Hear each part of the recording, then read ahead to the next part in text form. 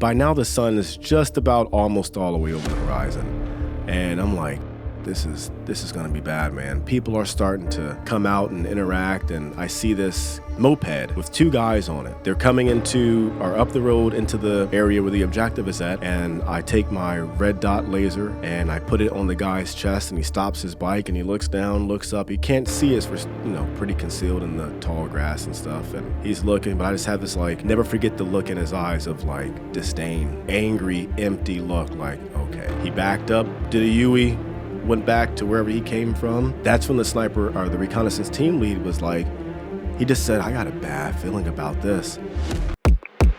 As that mission's completing, my platoon of Rangers, second platoon, they were coming in to help facilitate this HVT capture. The reconnaissance guys had him pinned down to this location. They're like, hey, he's gonna be here. We know he's gonna, X, Y, and Z. We're gonna go get him. We couldn't do it with 6 guys. Maybe we could have, I don't know. Looking back at it, absolutely not. But we called in for another platoon of Rangers to come in to help us out with that and plan for a day, a lot of planning to, take care of this HVT capture or kill mission. And leading out into going into the last day, is when the whole mission sucked. By then I had only slept a total of, I don't know, maybe an hour or 2 max, little cat naps here and there. I didn't sleep at all during the first day and a half I didn't sleep, and then the Marine mission or operation I did with them, I didn't sleep. I slept little cat nap bursts off and on. In between those, and I slept on the ride out there. We rode out to this mission on these Marine uncomfortable trucks. Don't know what they call them, a deuce and a half. The terrible truck. Very uncomfortable. Get out there. I slept maybe 10 or 15 minutes there, and I slept I was on a knee, taking a knee, and I fell asleep doing that. When we first got there. Then we walked I don't know, a few miles into where this guy's location was at. But it took us forever to get there. We're walking up sand dunes, and they did the weirdest Aladdin scene style of infilling into this area. It looked like Aladdin, beautiful skyline, twinkling stars, sand dunes, and all that. It just sucked walking up. And by then, the sun is rising. So it's I don't know, it's at this point, maybe 5 something in the morning. And we have to be, and we hate doing missions in the daylight because it's, daylight, you can be seen and it sucks. But I knew for some odd reason, just had a weird vibe about this. Man, this is getting... we're going to be pushing time, big, noonish by the time this whole thing is done, which is terrible. We get in, me, the reconnaissance team, and my sniper team, we planned on setting up a mile and a half, or a mile from the main element. They were going to be taking over this compound, securing the target. Me and the reconnaissance team, my sniper team and reconnaissance team, we were going to set up a blocking position so no one could come up this road and, go into the objective. Well, we get there, set up, and by now the sun is just about almost all the way over the horizon. And I'm like, fuck, this is going to be bad, man. People are starting to come out and interact, and I see this moped with 2 guys on it, and they're coming into or up the road into the area where the objective is at, and I take my red dot laser and I put it on the guy's chest, and he stops his bike and he looks down, looks up. He can't see us, we're pretty concealed in the tall grass and stuff, and he's looking, but I just have this never forget the look in his eyes of disdain. He had this angry, empty look, okay. He backed up, did a U-E, went back to wherever he came from. Then I see a huddle of guys in front of me, and they're like in a no joke, like a football huddle, planning something. And I asked the reconnaissance team leader, I'm like, dude, can I just smoke these guys? Me and Pemberton, we just want to just smoke them because I had a weird feeling looking over their shoulder, trying to figure out where we are, and they're talking all like weird, like a football huddle. I knew they were planning something, and he's like, do you see any guns? And I'm like, negative. And he's like, well, then no. Looking back at it, I'm like, shit, I wish I never asked him that question, you know, and just went ahead and did what I was going to do, but morals and shit. So I'm like, I don't want to, but yeah. Okay. Yeah, I'm not going to kill him now. I'll wait. And I did. And like right after I asked that question, these guys, football huddle, ready, break, and they all disperse out into their, I don't know, respective hiding spots, wherever they came from. And that's when the sniper or the reconnaissance team lead was like, he just said, I got a bad feeling about this. He said, maybe we should get down.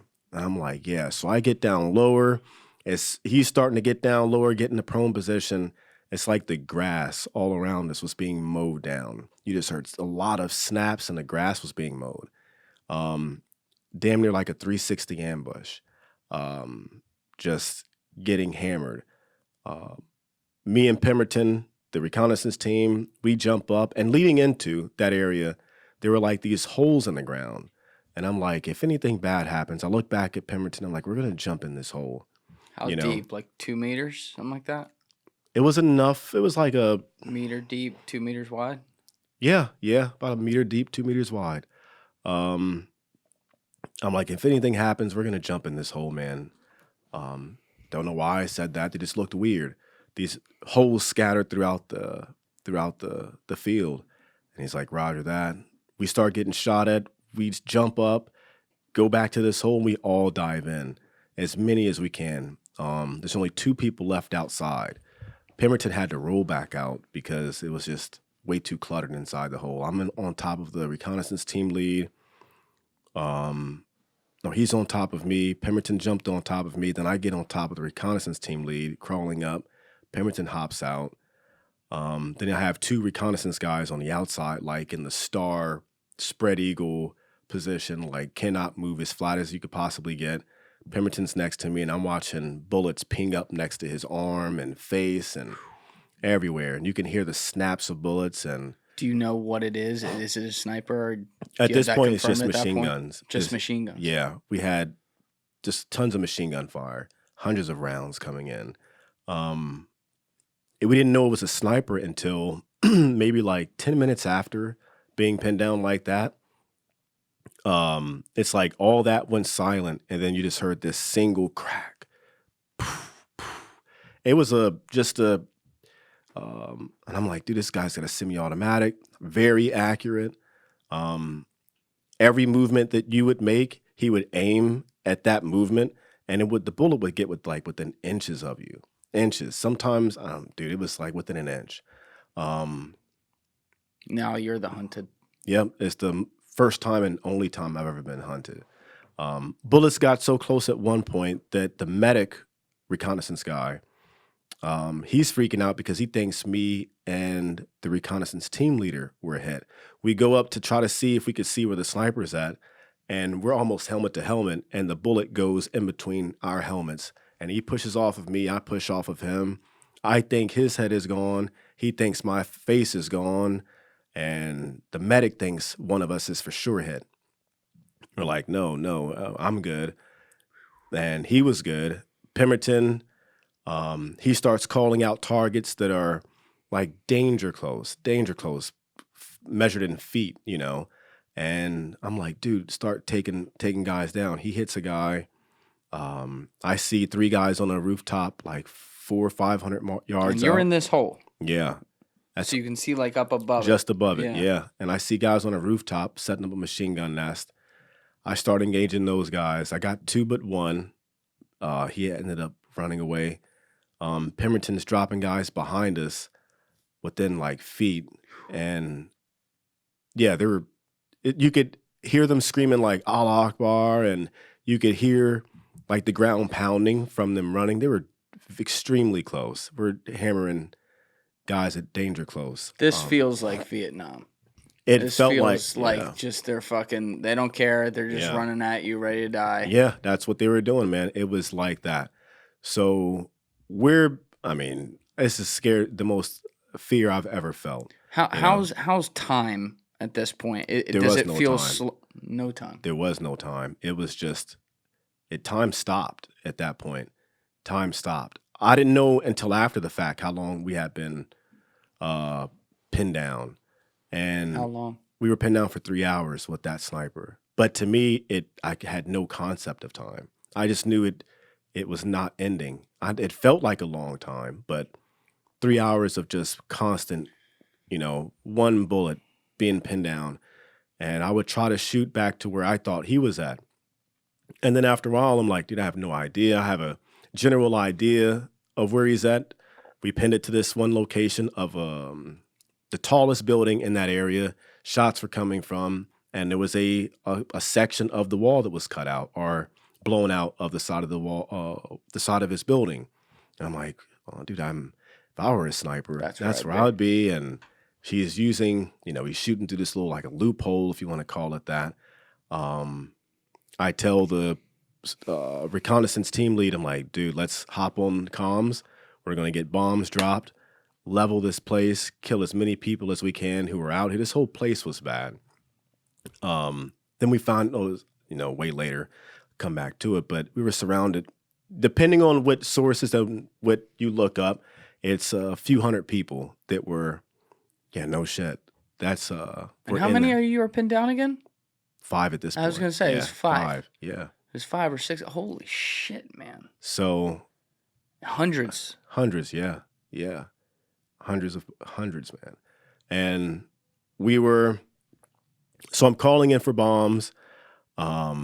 We get denied. And I'm like, dude, there's no way we're going to survive this. We called for. Why'd they deny it?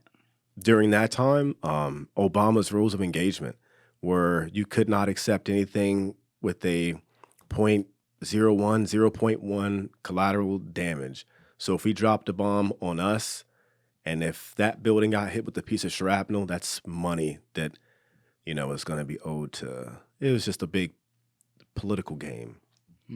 But his rules of engagement were extremely strict. Yeah, I don't know why, but they were just extremely strict, and it was really hard to get bombs dropped at that time. It wasn't like before. It was relatively easy to drop. Yeah, they were turning the page on the George W. Bush "We gonna find you" memos. Yeah. So it was hard as hell, man, to get a bomb dropped, and like I'm cussing out a commander. Like, dude, I'm livid, man. Like, we're gonna die if we don't get anything out here, any type of ordnance. And I'm like, okay, we'll drop them on us then, because they're danger close. If we can get bombs dropped on us, I'm like, well, 500-pound bomb's gonna suck, probably gonna die, but at least I'm gonna kill some of them too, Yeah, and they deny it. They said the best that they could do was send in a show of force. So we had a B-2 bomber, which I thought was a UFO when I first saw it. I'm like, thought it was a UFO? Hell yeah. I had been awake for almost 5 days. I'm like, I look over my shoulder. I'm like, dude, that's a UFO. And it's just this flat black line coming into this my field of view. I'm like, yeah, that's a UFO. And then when it gets like like abduct me. If I would have gotten abducted, that'd have been better than, sitting through that whole firefight. But he comes over. I'm like, holy shit, that's a B-2. I've only seen that. It's the stealth bomber plane. That's the only time I had ever seen one in real life. It was like, it's way bigger than I expected, and it's extremely flat. It just looks, it's surreal to see. Yeah. Like, as opposed to seeing it on. That's the thing right there, man. Oh, yeah, I'd be thinking the same thing. Yeah. And from head on, oh yeah, that looks like a freaking UFO, man. That fucking thing's from Zeta Reticuli. Yeah. And dude, I'll never forget that. And it came over top of us, and I could see the bay doors underneath it. And I'm like, oh, the shit, they're going to drop bombs. And they didn't. It was just a show of force. They flew within like 1,000 feet overhead. Wow. And I'm just I'm seeing the shape of that. Yeah. It's just like you described from below. Yeah. That would feel like a hovercraft. Dude, exactly. It looks like a UFO coming in. I'm like, that is sick. Hodge didn't think so. They just kept shooting at us. And yeah, it didn't do anything. Then they, was it F-16, F-15 or F-16? They sent that in? Yeah, they sent the F-16, F-15 in, or one of those two planes the second time, and they dropped flares or something, flares to, I guess, scare the enemy away. And that also didn't work. So me and the recce reconnaissance team leader were like, dude, I'm like, you have a grenade? He's like, yeah. And like, we're going to hug this thing. When they get in close, we're just going to hug it, all of us, pull the pin on it, and we're just going to blow ourselves up because there's no way I'm, getting decapitated for my parents to see on the news, Luckily, that did not happen. We already said our goodbyes. I'm telling Pemberton, like, dude, love you, bro. Tell my wife if you make it. I'm not a bitch, bro. I fought and we fought hard. He's like, no, you're good, man. You were saying like time stopped during this, and this is all during that 3-hour period. But like, we still got like, what's the? It doesn't feel to me like you have the luxury of the presence to really take that gravity. Is it more just like going through the motions? Well, this might be it. Yeah. And you don't really get to appreciate that. You're just doing it because that's what you're supposed to do almost? No, it's not. No, I think it was just we didn't want to die and get our heads chopped off like that, And No. I mean, I'm sorry. I should have said that better. It wasn't clear. The actual saying it to someone else, like, all right, because we don't want to die and get our heads chopped off, like we may just have to blow ourselves up. Like the gravity of, holy shit, we're about to blow ourselves up. This is it. You feel that maybe a little less. Yeah. Yeah. You don't train for that. It was just what made sense, And I had accepted death at that point. Like I was ready for it. Before that, I was scared. And then after I guess we're approaching like hour 3 at this point, and I'm like, I don't even care anymore, man. Tired of being shot at. Thank you for watching the video, guys. If you haven't already subscribed, please smash that subscribe button and check out this clip's full podcast episode by clicking here